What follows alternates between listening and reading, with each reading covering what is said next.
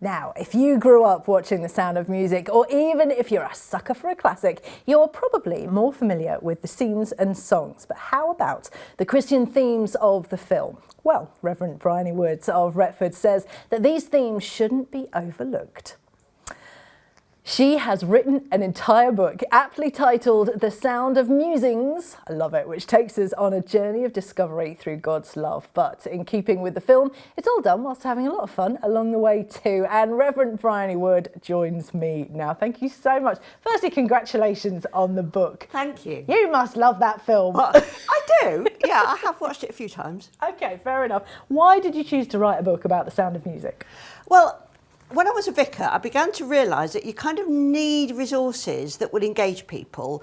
But I think that Christianity and the way that we preach it and teach it needs to be in a way that's accessible and a bit of fun. Because if we're saying it's the best thing since sliced bread, or even better than sliced bread, then actually we've got to find a way of doing that. And The Sound of Music seemed, but I thought I was the only one who liked the book, the film. Because everybody in my house went, oh, just turn that off. Until my lovely bishop at the time said, just write it, Bryony. So I did. And here we are. Excellent. Well, we can't ask you to come in without just reading a little bit of it, if that's all right. We can do that. Okey-doke. We can do that. Do you want to do that now? Yes, please. Oh, right then. Okay. Well, each short chapter looks at a different story or a song or a character or something like that. And of course, one of the most favourite songs in the film is called My Favourite Things. I love it. So, do you remember how Maria sang about those packages that are tied up with string, those brown paper parcels that can look very ordinary, but underneath the wrapping is the promise of excitement and surprise? Well, I've come to realise that many of the best blessings may seem very ordinary because they're so common, yet being familiar doesn't stop them being really special. Like that extraordinary blue of a clear sky, or the fact that I can actually see it, or that I can hear a blackbird sing, or that I can get out of bed, which sometimes actually in my life I couldn't when my back was bad. They're real everyday blessings. Whatever the circumstances, whatever the storm, there are always blessings somewhere. And it's a choice to notice and recognise those things which are positive.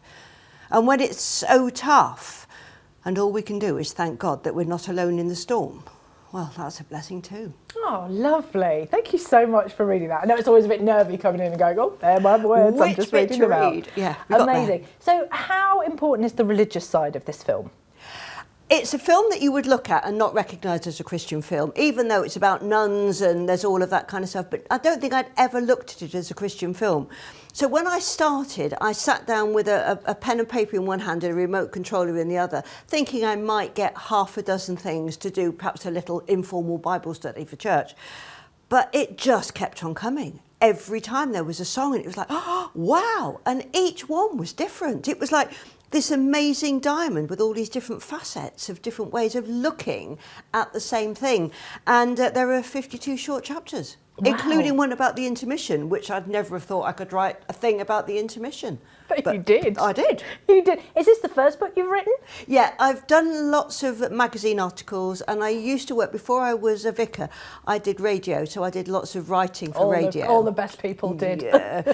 Yeah, it's much easier in radio. You don't have to kind of do your hair before you go on, do you? They always said I had the perfect face for radio. So I used to do quite a lot of that, but I knew that there was a book inside of me. Yeah. I just knew there was, but I didn't know what it was. And this is it. And this is it. And you launched the book on Sunday. How was the launch? You had a launch party for the book. How was that? It was awesome. We had the most amazing man who's a colleague of mine, a friend with the most incredible baritone. I think it's a baritone, and he sang the songs, and I've got a giant, it's life-size Maria that you can put your head through, and you can be a twirling Maria.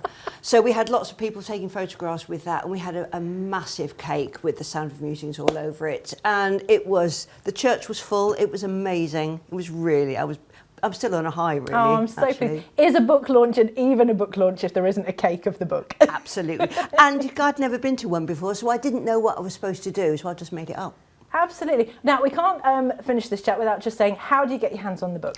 Well, anywhere that you buy books, so online. Wonderful. That's easy. Oh, I know. Anywhere, whether that's those places we don't talk about online, or your local bookshop. Anywhere, it's gone through all the regular distribution channels. So Amazing. if you ask for The Sound of Musings by Bryony Wood at any bookshop or online bookshops, then it'll be there. Amazing, Bryony. Thank you so much for coming in. Congratulations on the book. Thank you. Now I'm just singing Sound of Music songs in my head. It'll be following you all day and all night. I appreciate it.